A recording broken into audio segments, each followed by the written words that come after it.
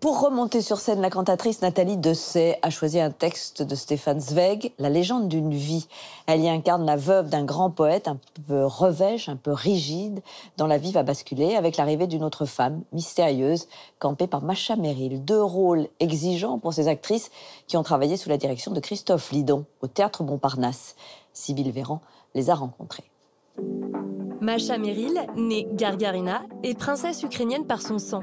Viens voir mon col, Pierre, parce qu'il faut que ce soit princesse dans Blanche-Neige. Je suis la reine. Nathalie Dessay est princesse aussi, mais de carrière. Je voulais faire princesse comme métier. Donc en fait, il y a une inspiration comme ça commune. Mais vous n'auriez pas dû utiliser ce mot-là, pas vous. L'amour du théâtre est un autre point commun de la chanteuse d'opéra et de l'égérie de la nouvelle vague. Nathalie Dessay, Masha Merrill, première. Dans La légende d'une vie, adaptation de Stefan Zweig par Christophe Lidon, 2 femmes amoureuses d'un grand poète se retrouvent des années après sa mort. On ne devrait pas vieillir. On dessèche dans la mémoire des gens. Par ici, madame. Derrière leur complicité à elle se cache aussi un homme. Il se cache pas du tout. Il ne se cache pas, mais il y a bien un homme derrière chaque rencontre de femme, hein, on va dire. Cet homme, c'est le compositeur Michel Legrand, amant de jeunesse de Masha Merrill et son époux depuis 4 ans. Nathalie Dessay a repris ses classiques.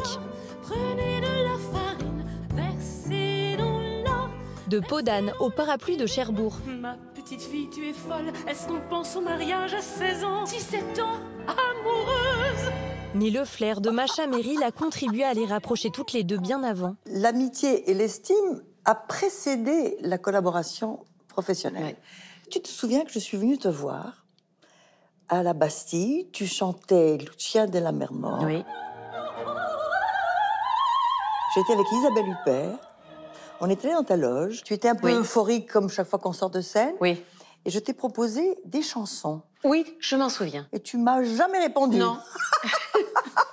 C'est-à-dire que... Non, parce qu'à l'époque, j'étais pas encore là-dedans.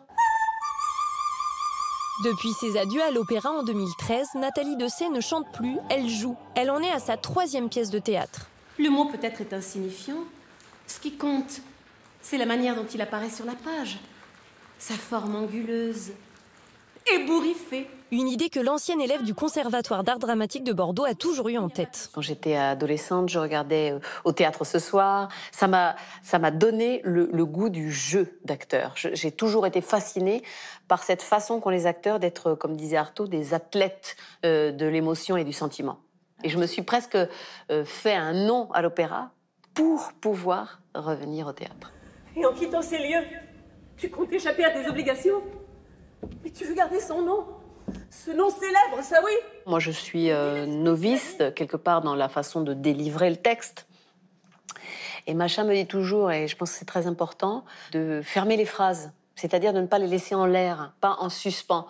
La pensée fonctionne comme ça. On n'a pas la phrase toute faite d'avance. Donc on ferme les phrases, on ne les laisse pas en l'air. Vous êtes tous lâches et insouciants. Vous ne voulez pas porter la vie de Karl Frank sur vos épaules. Dis-moi. De Zweig à Tchekhov, Masha Merrill a interprété de grands textes. En mon absence, tu ne vas pas recommencer à faire pan-pan.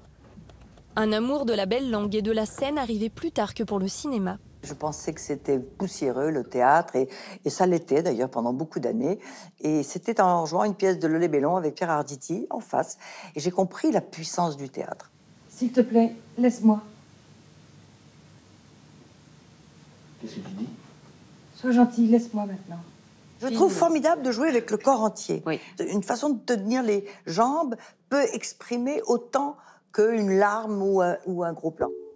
Sa vision du jeu d'acteur, elle ne l'a pas héritée de l'acteur studio à New York, l'école américaine qu'elle a pourtant fréquentée à ses débuts. C'était à l'époque où ils étaient psychanalystes de thérapie de groupe, etc. Et c'était ridicule. J'ai vu Anne Bancroft faire des exercices. Alors il fallait qu'elle soit seule sur scène et qu'elle fasse quelque chose qu'on ne peut faire que seule devant sa glace. C'est pas du tout mon école. Moi, je suis pour le mentir vrai, c'est-à-dire nous sommes un peu excessifs sur scène. C'est un petit peu amplifié. Donc toutes ces histoires de frôler des vérités intérieures qui seraient, je ne sais pas, cachées où, je n'y crois pas. Et après, où verra-t-on Nathalie Dessay et Masha Merrill? Dans une comédie peut-être, ou au cinéma. Moi, je la surveille, parce que je veux pas qu'elle accepte n'importe quoi. Maintenant, je suis Oui, voilà.